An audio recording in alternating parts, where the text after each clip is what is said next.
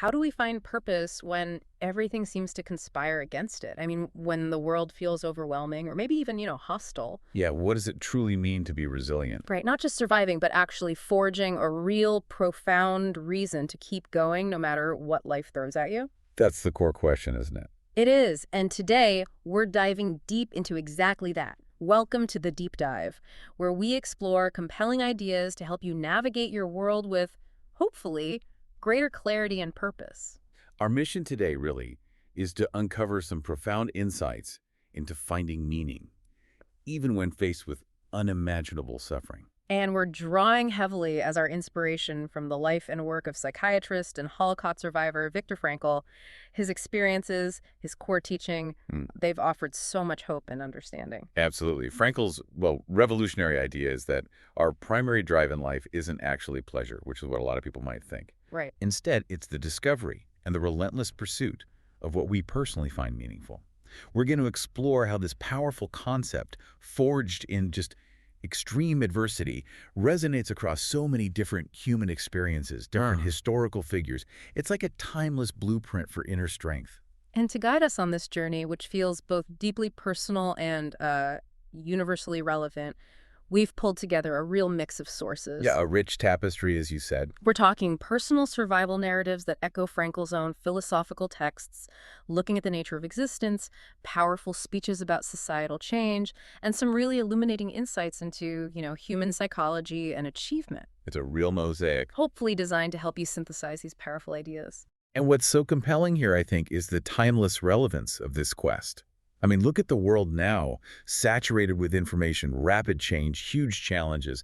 The ability to find and cultivate meaning, it feels more crucial than ever. It really does. This isn't just history or some abstract philosophy. It's practical. It's an actionable blueprint for cultivating real resilience and understanding the huge transformative power of choice that you hold in your own life every day. It's about being an active participant, not just watching life happen. Exactly. Not a passive observer. You're involved in constructing your own purpose. Okay, let's unpack this with Viktor Frankl himself, because his experiences, particularly in Auschwitz, they offer this stark but, profoundly illuminating backdrop for understanding purpose. That's hard to even comprehend. It is. And his core idea, the anchor for this whole deep dive, is that even suffering itself, it has the potential for meaning, no matter how dire things get. Which sounds almost paradoxical. Right. It's not about avoiding pain, often impossible, but about how you choose to bear that burden. That meaning can exist within the suffering itself, it seems. Yeah, counterintuitive. It does. And it's a radical concept, especially considering the context. Frankl's observations from the camps, they're incredibly poignant. He talks about how many captives who desperately wanted to live ultimately died. And not just from starvation or disease? Not primarily, no. Well, Obviously, those were horrific factors. But he saw people die from losing hope, losing their spirit. Prisoners who, once they lost that belief in a future, just gave up. wow. They'd lie down, refuse to get up, refuse food. Even if physically they maybe could have held on a bit longer, Yeah. their will to live just evaporated. It really highlights that profound internal psychological battle for meaning. So it wasn't just the physical torment, which was unimaginable, but maintaining some kind of internal landscape of meaning that became the ultimate decider, in a way, for survival. In many cases, yes. The psychological fortitude was just as critical, if not more so sometimes, than the physical. How did Frankl himself manage that? Under those dehumanizing conditions, what kept him going when so many others succumbed? Well, he gives us a deeply personal window into this. He talks about, even in Auschwitz, finding unwavering strength by always cultivating the memory of his wife and the hope of reuniting with the woman he loved. Not just remembering, but cultivating. That's an active word. Exactly. He didn't just passively recall her. He actively imagined their reunion, painted vivid mental pictures of their future, conversations they'd have, just holding her hand.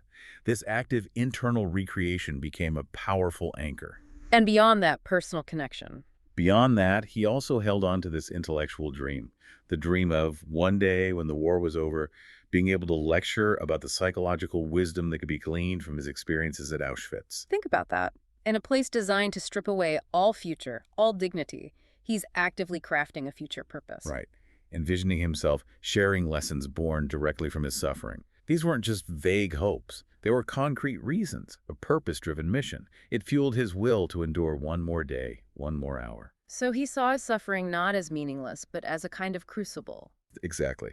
A crucible from which profound lessons would emerge, lessons he felt destined to share. That's a powerful distinction, not just having a memory, but cultivating it. Not just having a dream, but seeing it as a mission. Yes. And what's really striking is how Frankl then uses this understanding to shift the whole question we usually ask about life. He sort of implies that, for a long time, we stopped asking about the meaning of life, seeing it as naive, like just trying to achieve goals. Right. And he suggests instead that life asks us for meaning. It completely flips the script. Flips it entirely. We're not interrogating life. Life is interrogating us, asking what we're going to do with the circumstances we're given. How does that flipping of the script change how we experience daily challenges, even the mundane stuff far removed from the camp? Oh, it's a complete paradigm shift. It moves us from being passive, maybe even feeling entitled, demanding meaning from the universe. Yeah, why is this happening to me? Exactly. To an active, responsive stance, recognizing our responsibility to find or create meaning in whatever situation we face. Frankl asserts we have this capacity to transform negative aspects of life into something positive or constructive. So it's not about denying the suffering. Not at all. Not pretending it doesn't exist, but about making the best of every situation.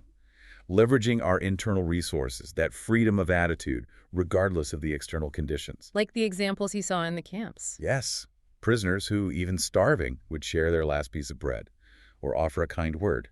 Finding meaning in that simple act of human kindness, they transform their suffering into an opportunity for compassion. And he gives that clinical example too, right? The woman experiencing frigidity. It wasn't just the past trauma. Right. That's a fascinating case. She had suffered terrible abuse, yes. But Frankl noted her current neurosis wasn't solely due to that childhood trauma. It was also profoundly influenced by the fear she developed from reading psychoanalytic literature. Literature that suggested her trauma basically predetermined her condition. Exactly. It convinced her she was destined to be frigid because of her past. It took away her agency. Frankl challenged that deterministic view. He helped her see that while the trauma was real and impactful, her fear and her belief that she was condemned by it were equally significant factors now. By reframing her understanding, by showing her she wasn't just a victim of her past, but possessed the agency to choose a response to it, she began to heal. That illustrates the power of reframing, changing our perspective. Absolutely. It shows how our interpretation, our internal narrative, can shape, even exacerbate our suffering.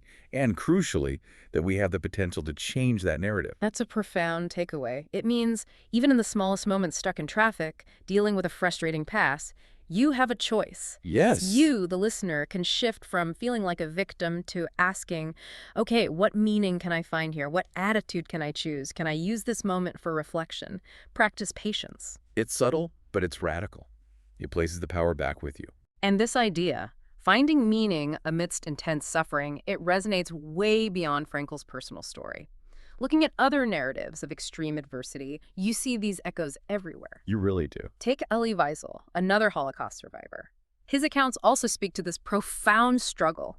In 1945, Buchenwald, he describes himself as terribly weak and sick alone, desperate, numb, close to death. Just barely holding on. And in that moment of utter despair, something remarkable happens.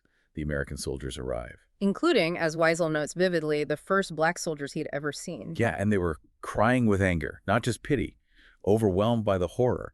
They start throwing us whatever they had, K-rations and bread and chocolate. A basic survival needs right there. But what did the survivors want first, before even eating? A religious service. A religious service, praying to a God who, it must have seemed, had abandoned them. It speaks volumes, doesn't it? About that human need to seek meaning beyond immediate physical needs. Even in brokenness, reaffirming a spiritual or communal connection. Exactly. Even in the depths of physical deprivation, the human spirit yearns for something more, a framework of meaning. That image is so powerful. Physical hunger versus spiritual hunger. It really hammers home Frankl's point about meaning being the primary drive. It does. And Wiesel also delves into something he calls the seduction of inhumanity. That sounds chilling. What does he mean? He observed that hatred gives the hater a very strong feeling that he is superior. And even more chillingly, that terrible crimes could be committed without hatred simply by viewing victims as subhumans. Dehumanization as a mechanism. Precisely. How does that connect back to Frankl's concept of choice in the face of that very dehumanization? Well, it's a stark contrast, isn't it? Wiesel shows how perpetrators actively deny meaning in human interaction by choosing that narrative of superiority, of objectification. They strip away the moral imperative. Right. Whereas Frankl illustrates the active choice to resist that dehumanization, to refuse to let it consume you, to see humanity even in the depths. It's the difference between being consumed by it and actively choosing not to be, preserving your own humanity and capacity for meaning. Wiesel's struggle with memory is another dimension here, too. He talks about being really desperate about the assault on Jewish memory. Yeah, with scholars questioning survivor testimony, calling it too subjective, too emotional. Which must have felt like a profound attack on the very truth of his experience. Yet, he says he forces himself to be hopeful. That phrase, forces himself, it's so telling. It is. It reveals that pursuing meaning isn't always easy or joyful. It can be an act of sheer, deliberate will. Like holding on to a sacred trust. Exactly. For Wiesel, the memory was a warning, a source of continuing meaning. Attempts to deny it were an assault on his purpose.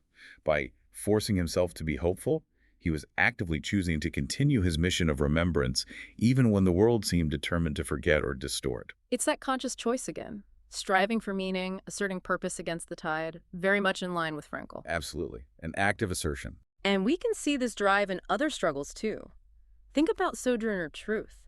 Her life is just this monumental testament to finding meaning through unwavering advocacy. An incredible figure. Her question, if women want any rights more than they've got, why don't they just take them and not be talking about it?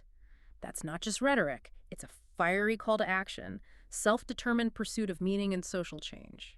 Pure agency. And her resilience against prejudice was extraordinary. Yeah. That story about the bloomer's attire. Yeah, tell us that one. Well, someone questioned her untraditional dress, comparing it to the controversial bloomers.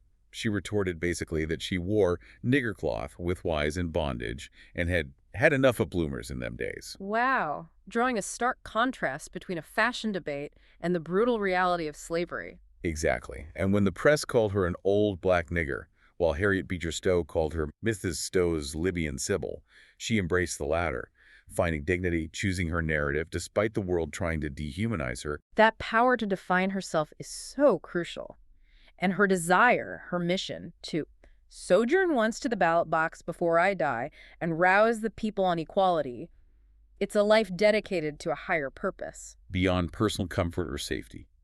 Shaping her world, fighting for a just future, creating meaning through monumental action.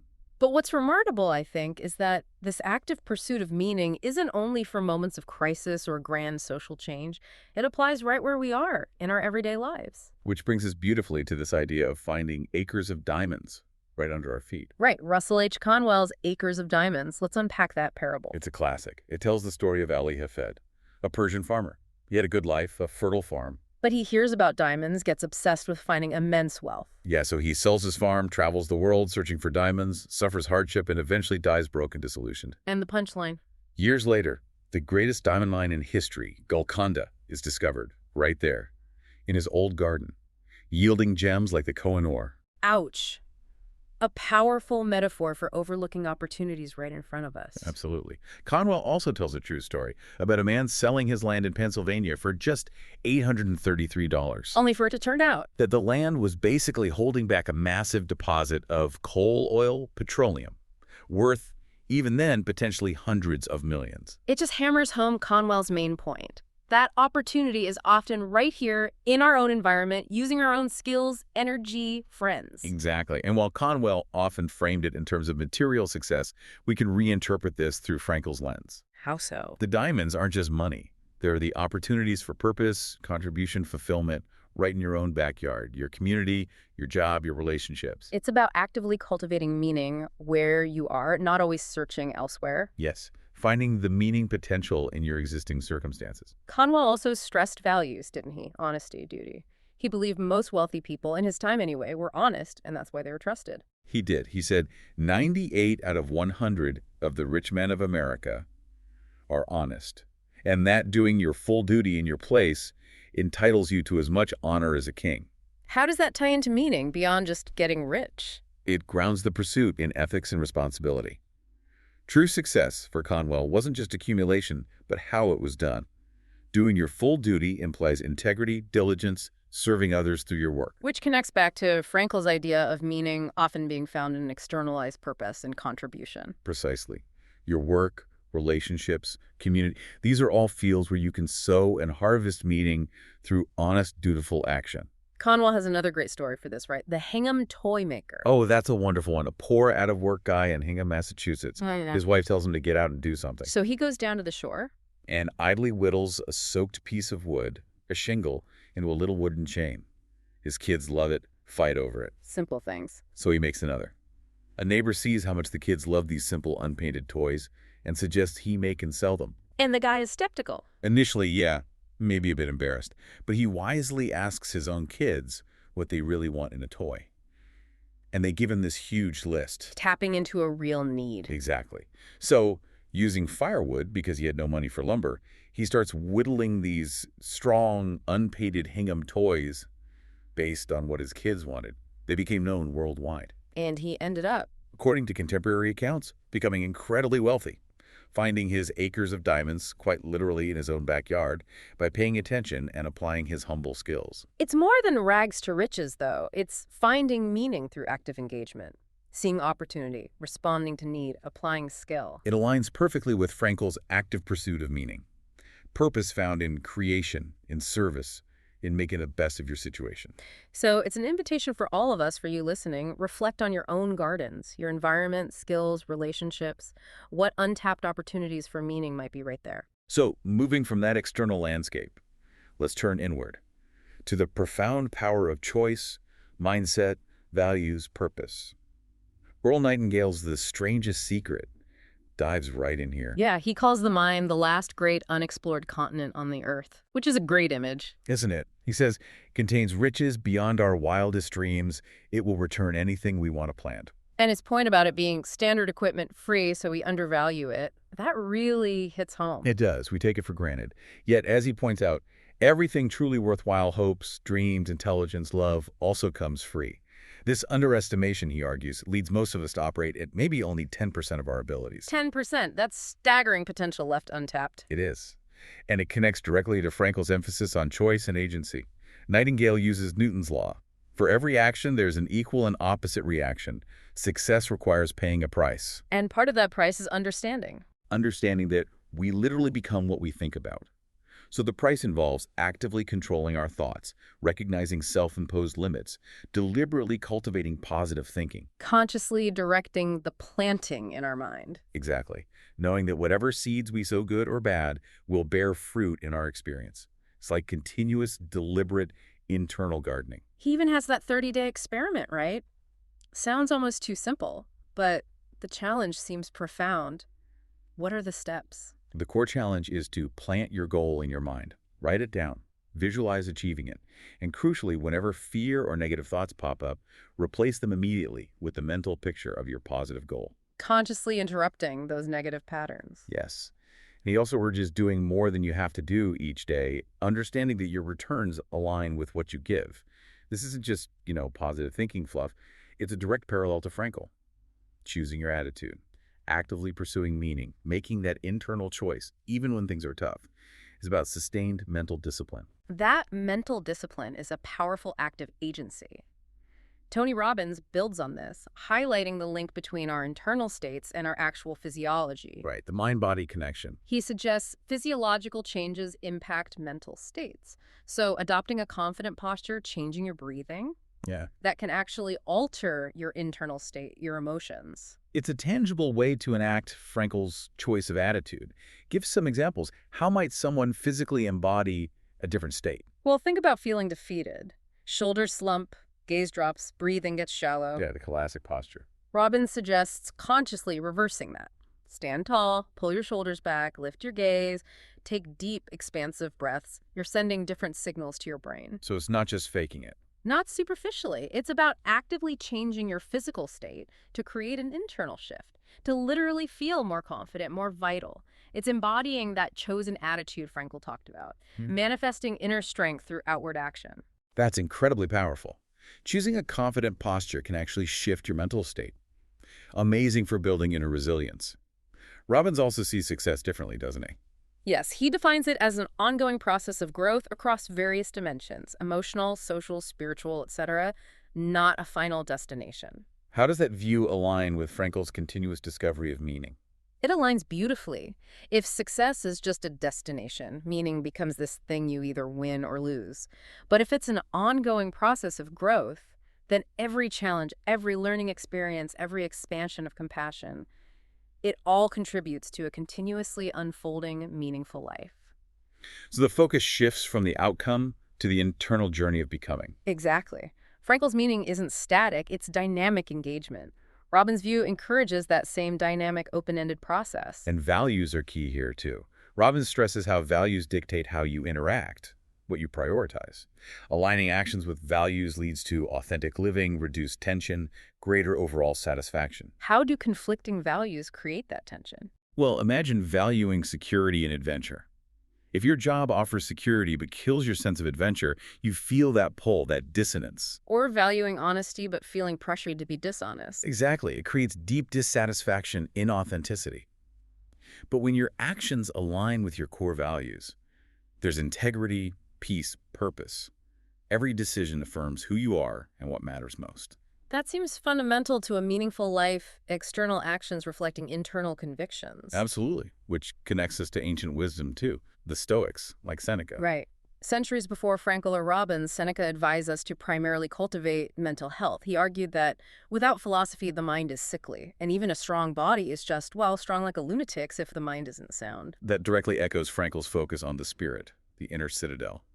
What did Seneca mean by a sickly mind? For Seneca, it's a mind ruled by uncontrolled emotions, irrational fears, swayed by external opinions, lacking self-awareness, tossed about by circumstances. And philosophy is the cure. Yes, but practical philosophy. For Stoics, it was a discipline for living. Understanding what's in our control, thoughts, actions, attitudes, and what isn't.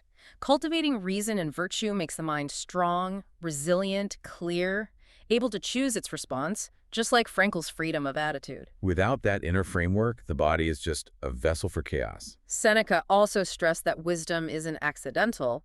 Money will come, titles will be given, but virtue will not fall upon you by chance. It requires toiling. What kind of toiling? Not just physical labor, primarily mental and ethical effort, constant self-reflection, practicing self-control, contemplating adversity to build resilience, making conscious choices aligned with virtue, especially when it's hard. So for us today, it means examining our reactions, challenging assumptions, delaying gratification, choosing the harder right over the easier wrong. It's an ongoing effort to build inner strength and character. A meaningful life is earned through effort. And Seneca's concept of the equality of virtues takes it even further. He asserted an equality between feeling joy with self-control and suffering pain with self-control, that true goods have the same weight, regardless of circumstances. That's a profound underpinning for Frankl, isn't it? What does it mean for us a virtuous response to pain being equal in value to a virtuous response to joy? It's incredibly powerful. It means the moral quality, the integrity of your response is what truly matters, not the external situation itself. Whether facing pleasure or pain, if you approach it with virtue, self-control, courage, wisdom, the internal value of that choice is constant.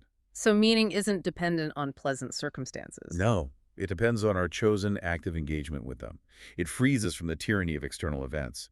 Our inner life, character, choice, they're always within our control and always hold equal weight. So the real measure isn't what we get or avoid, but the integrity and purpose we bring to every situation. Exactly. Which leads us right into how we put this purpose into action, shaping our world and impacting others. Okay, so if we embrace choice, cultivate mindset, live by values, how does this translate into purpose in action? Let's bring in Simon Sinek and start with why. A very popular framework. Right. He argues very few people or companies can clearly articulate why they do what they do. He means purpose, cause, belief. Why does your company exist? Why do you get out of bed? Why should anyone care? It provides a really clear structure for Frankl's pursuit of meaning, but in a broader public context, it demands clarity of purpose. Without a clear why, actions feel aimless, right? Uninspired. Exactly. But with a strong why, everything changes. Sinek uses Martin Luther King Jr. as an example. King started with why. his core belief in equality and justice. That unwavering purpose didn't just drive him, it galvanized a whole movement. And as Cynic notes, it wasn't just for a minority, but for the good of everyone, because his why touched universal human values. That clarity is what gave his message such power for change. Another great example of purpose in action, Theodore Roosevelt. Daring greatly. TR, yeah, often acting even when pushing the boundaries of his authority. Like during the anthracite coal strike in 1902, he stepped in, threatened government seizure to stave off a public calamity, a winter fuel crisis. He even said his actions saved the big propertied men from the dreadful punishment which their own folly would have brought on them. He saw a bigger picture. He believed America must play a great part and do it well, upholding freedom and justice. It's meaningful action on a grand scale, driven by duty and purpose, even with political risk. Roosevelt's actions perfectly embody Frankl's principle of finding meaning in service and responsibility. He saw a moral imperative, not just a political problem. His why was rooted in justice and public welfare, and he acted on it decisively. And we see that same commitment to transformation in Elizabeth Cady Stanton, her Declaration of Sentiments at Seneca Falls in 1848. A landmark moment. A bold assertion of women's equal station, deliberately echoing the Declaration of Independence, challenging tyranny, demanding unalienable rights, life, liberty, and the pursuit of happiness for women. How did her activism show that pursuit of meaning? Stanton's work was a profound act of meaning-making through advocacy. By articulating those grievances and demands, she wasn't just giving voice to the oppressed, she was actively shaping the future, creating a world where her daughters would have more opportunities. Like Sojourner Truth, creating meaning by confronting injustice, laying groundwork for the future. Exactly. Her why was intertwined with the liberation of half the human race. It's incredible how these figures, from Frankl in a camp to Stanton fighting for suffrage, show this deep commitment to purpose beyond self, often driven by core values. And speaking of core human needs, Brené Brown's research on vulnerability, courage, connection, it offers another powerful lens. Yeah, her work is so insightful. She defines shame as the fear that something we've done or failed to do makes us unworthy of connection. And it's that very connection, love, belonging that she says gives purpose and meaning to our lives. Why is connection so fundamental to meaning? And what happens when shame cuts us off? Connection is fundamental because we're wired for belonging. Frankl saw the importance of love and community even in the camps. Shame isolates us, attacking our capacity for meaning by severing us from its source relationships, shared humanity. So shame undermines purpose by making us hide or withdraw. Right. But Brown emphasizes shame resilience. The ability to practice authenticity when we experience shame, move through it without sacrificing values, and come out with more courage, compassion, connection. And empathy is the key. Empathy is the social balm, she says. It allows healing and sustained, meaningful action within community. It takes courage to be seen, flaws and all. So for you, the listener, that journey from what will people think to I am enough is vital. It is. Freedom from perfectionism, embracing imperfections, being kinder to ourselves. That internal self-acceptance is fundamental for pursuing authentic meaning, being vulnerable enough to connect and act purposefully. Inner work enables outer purpose. And sometimes these big ideas, purpose, connection, can feel a bit abstract, maybe overwhelming. Which is where Kurt Vonnegut comes in. Yes, with his characteristic wit and humanity, offering simple, profound truths. I love Vonnegut for this. He quotes his son, Dr. Vonnegut. "Father, we are here to help each other get through this thing, whatever it is." And Vonnegut himself adds, "God damn it, you've got to be kind." It cuts right through complexity, doesn't it? It does. Not grand philosophy, just deeply human paths to meaning. Mutual support, compassion, especially poignant from someone who saw the horrors of war. What's so powerful about that simple call? It's universality, it's immediate applicability. In a chaotic world, Vonnegut points to a fundamental truth: our shared humanity, our capacity for kindness. Even when we can't control the thing life, circumstances, we can control our response to each other. Helping each other, being kind, everyday acts of meaning-making. Exactly. Connecting us, alleviating suffering, building a more humane world, aligns perfectly with Frankl's observations of small kindnesses in the camps. And then there's his Uncle Alex, who when things were just nice lemonade in the shade, a sunset, would say, "If this isn't nice, what is?" Such a simple, profound reminder. Do you find yourself doing that? Pausing in those Uncle Alex's moments. I try to. Walking the dog, quiet moment. Yep, this is pretty nice. It's a conscious thing. It's a practical way to cultivate gratitude, appreciate the present. We rush past small joys, waiting for some big achievement. Uncle Alex reminds us to pause, savor the simple pleasure-warm coffee, quiet, a laugh, nature. Actively choosing to see the nice in the mundane. Yes, reinforcing Frankl's idea of finding meaning right here, right now, in the simple joys. If we just pause to notice, it makes meaning accessible, not abstract. So we've explored the why of purpose, the how from suffering to everyday life. But to truly manifest it, impact others, we need articulation. How to share it effectively. Once you find the purpose, feel the connection, how do you communicate it? For that, let's look to the ancient masters of rhetoric, the Greeks and Romans. Plato and Aristotle first. Plato-Socrates argued the real politician aims at the good of citizens. To know the good is to do it. Tyrants fail because they're mistaken about their real ends, chasing fleeting desires. So articulating purpose, understanding what's truly good, is linked to real power and meaning. Superficial stuff is empty. Exactly. And for rhetoric to be a proper branch of rational expertise, Plato insisted it needed knowledge of truth, not just persuasion tricks. He advocated the method of collection and division. Bringing ideas together, then breaking them down. How does that help articulate a clear why? It's crucial for clarity and integrity. Collection groups ideas, division breaks them down precisely. It ensures your understanding of your purpose is rigorous, well-defined, logically sound. So it's not just sounding good, but being clear and truthful. Right. That clarity allows articulation with conviction built on real understanding, not just slogans. Aristotle adds the virtues needed to live that purpose: courage, temperance, greatness of soul for big contributions. How do those virtues empower articulation and action? They're the internal scaffolding.